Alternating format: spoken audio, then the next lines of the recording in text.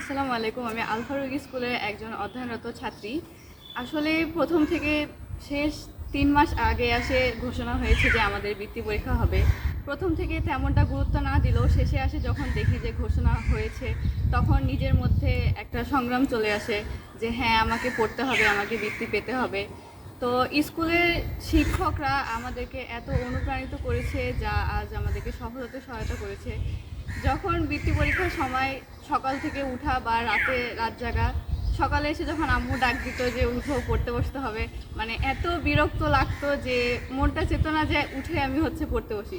কিন্তু পরে মনে হয়েছে না, আমাকে আমার পরিবারের মুখ উজ্জ্বল করতে হবে, আমাকে সফল হতে হবে।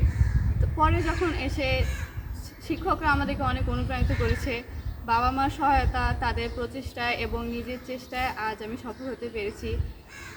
যেদিন বৃত্তি পরীক্ষার রেজাল্ট দেয়, সকাল থেকে এত মন খারাপ ছিল যে মানে বলার মতো না।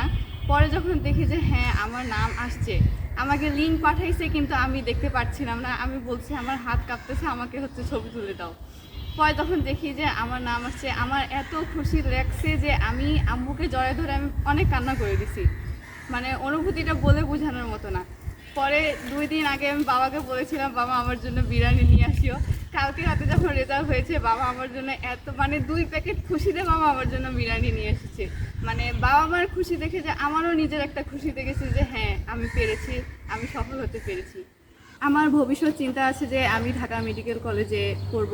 আমার বাবা মা দুজনেই আমার উপর আশা রাখে যে আমি ঢাকা মেডিকেল কলেজ থেকে একজন এমবিবিএস ডাক্তার হয়ে বের হতে পারবো, এবং এই বৃত্তির ফলাফলটা আমাকে ঢাকা মেডিকেল কলেজে পড়তে অনেক উৎসাহিত করছে, যা আমি আশা রাখি যে আমি ঢাকা মেডিকেল কলেজে পড়তে পারবো এবং আমার বাবা মার আশা আমি পূরণ করতে পারবো।